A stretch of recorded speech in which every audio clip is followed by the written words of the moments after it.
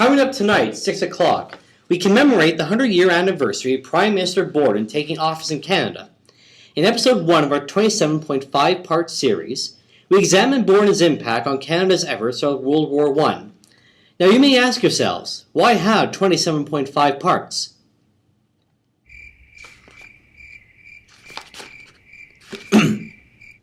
Starting off, we look back on 1914, when Britain realized for the first time, well, what a splendid, glorious mess we have gotten ourselves into, chaps.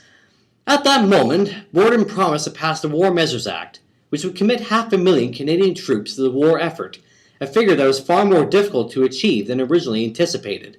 The problem at hand? Women in Canada were not having enough babies. Mothers of Canada forgot that it was their national duty to keep popping out those potential male soldiers so that we could start training them from the age of 2 to start shooting at Germans. The alternative? Have the Germans shoot themselves. And ladies and gentlemen, we actually tried that once, and the results, quite frankly, were tragic. So what did this mean for our soldiers already in Europe? Well, throughout the war, our boys in Canada Red earned the moniker of being the stormtroopers for the Allied front. Why was this? According to recent studies, it was suggested that British soldiers preferred tea rather than the mud at Passchendaele.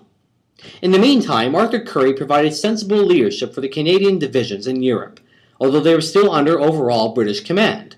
Nevertheless, Canadian troops proved themselves to be among the best in the world, fighting at the Somme, Ypres, Passchendaele, and most importantly at the Plains of Abraham.